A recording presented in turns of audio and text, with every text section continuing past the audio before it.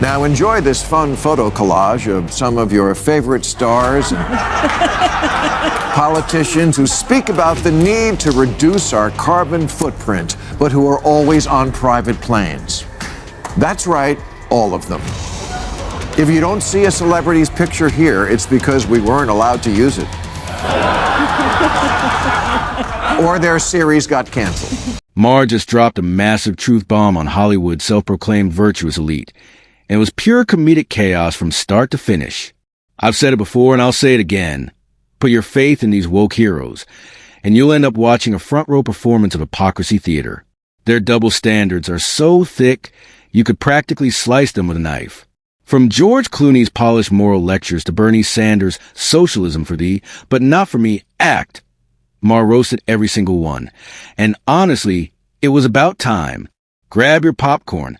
This takedown deserves applause. Humans are not good people. It's just not in us, including me. And I'm tired of living well, not a lie, but it's also something I never mention, but it's a new year, and I'd like to come clean. My name is Bill, and I fly private. And so does every other person who calls themselves an environmentalist who can. Maher kicked off the show admitting he's all for saving the planet. Then casually mentioned he still flies private.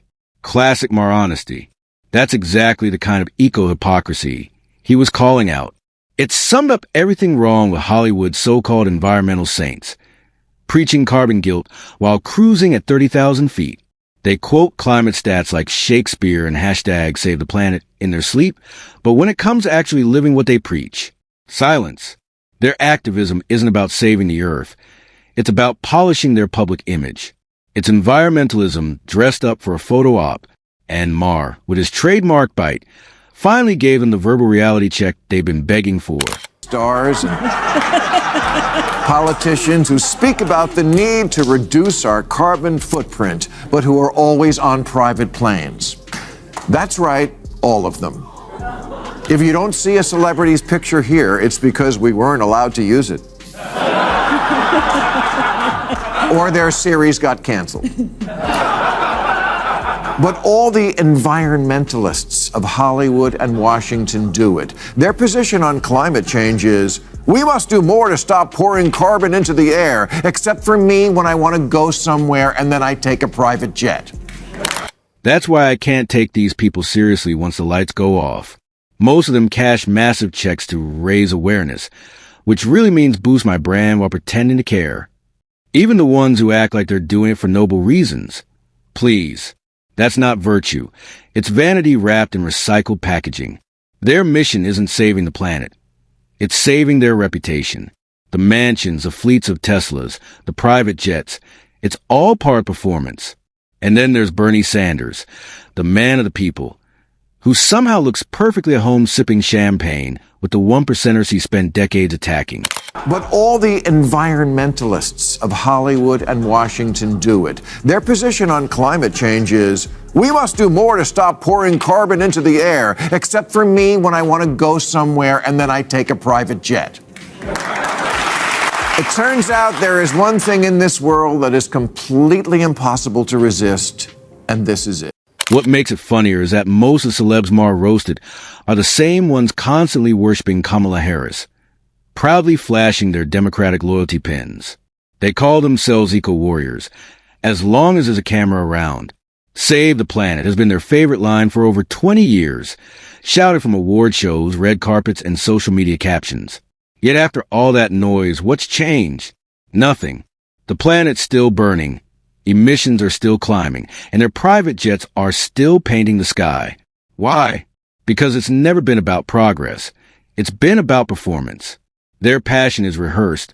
Their causes are costumes. They don't want responsibility. They want retweets. They treat activism like a movie role. Learn the lines, pose for the shot, accept applause, then drive home in an SUV big enough to host a dinner party. It turns out there is one thing in this world that is completely impossible to resist, and this is it. It's like heroin.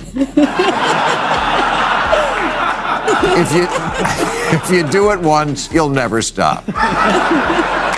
There are two kinds of people in the world, those who fly private and those who would if they could. Maher's just saying what most people are thinking, and I'm with him. Let's be real. If someone offered me a private jet ride, I wouldn't hesitate either. Who would? It's quiet, fast, and blissfully free of crying babies and airport chaos. No TSA lines, no cramped middle seats, no tasteless airplane food. Flying commercial feels like punishment with wings. Flying private? That's heaven, comfort, freedom, and peace all in one takeoff. Maher's point wasn't that private jets are evil. It's that pretending to be a climate saint while sipping champagne at 40,000 feet is where the halo starts to crack. A third category, those who could but do not, does not exist. Except for Ed Begley and Greta Thunberg. And that's why you never see a picture of her smiling. Ed and Greta, that's who walks the walk. Everyone else is full of shit, and I'm done being full of. And that's what makes Greta Thunberg stand out. Unlike Hollywood's eco-preachers, she actually lives her message. She doesn't just talk, she walks, bikes, and sails it. She could take the easy route, hop on a flight, and justify it with carbon offsets. But she doesn't. She chooses a hard, inconvenient path because it matches her principles. Whether you admire her or roll your eyes at her, you've got to respect that she lives by her words, something most celebrity activists can't claim. I can take being a bad environmentalist because almost all of us are, but I can't take being a hypocrite. Now, I always justified renting a plane because I only used it for work and literally could not get to most of my stand-up gigs on time any other way. How do you think I did it all those years? I said goodnight here at 8 p.m. and was on stage in Vegas at 10. But I don't need to do stand-up, like tomorrow night in Albuquerque. Sadly, that's exactly what the Democratic Party has turned into, a masterclass in performance politics and selective morality. They present themselves as the moral compass of the nation, armed with hashtags and Hollywood endorsements. But pull back the curtain and it's all stagecraft, carefully rehearsed virtue for the cameras. They'll back any cause that trends, just long enough to score applause, headlines, and another TV appearance. It's not conviction anymore, it's choreography. Every sentence is filtered through par, every opinion carefully tested not to offend. And in that process, they've lost something crucial, authenticity. They don't stand for what's right. They stand for what's popular. Their beliefs shift with the algorithm. Their values trend like memes.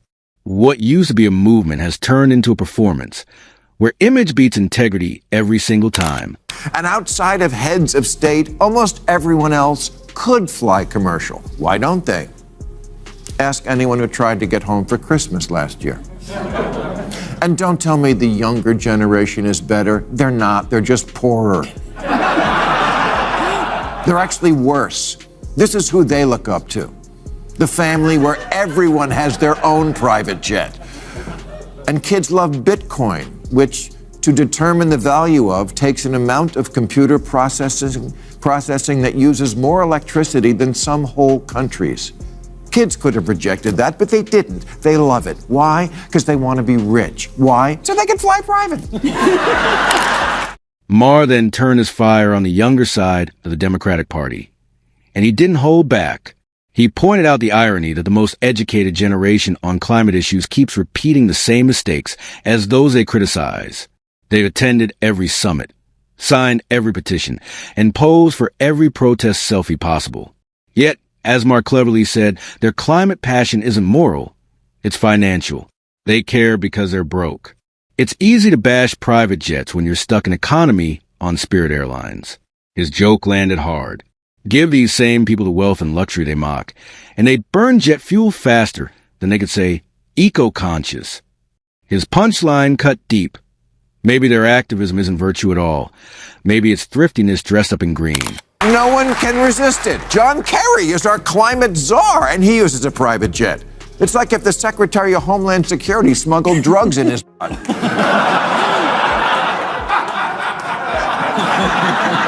People take jets to environmental conferences. If you could run TED Talks on hypocrisy, you wouldn't need coal.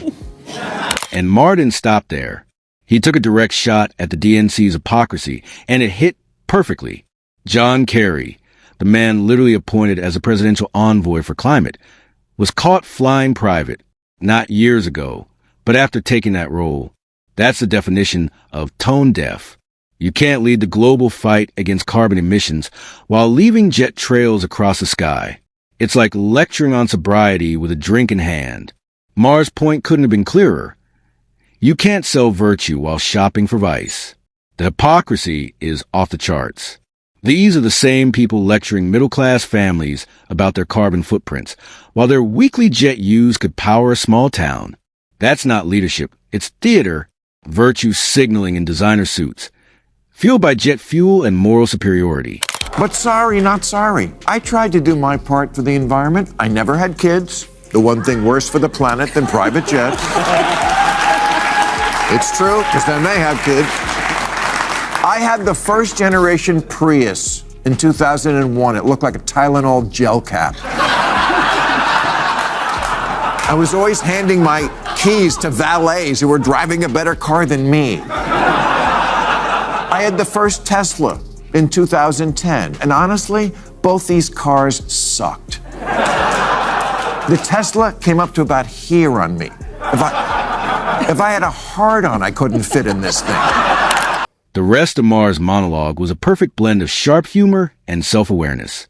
In true Maher fashion, he even poked fun at himself, bragging about driving a Tesla and try to convince others to go electric.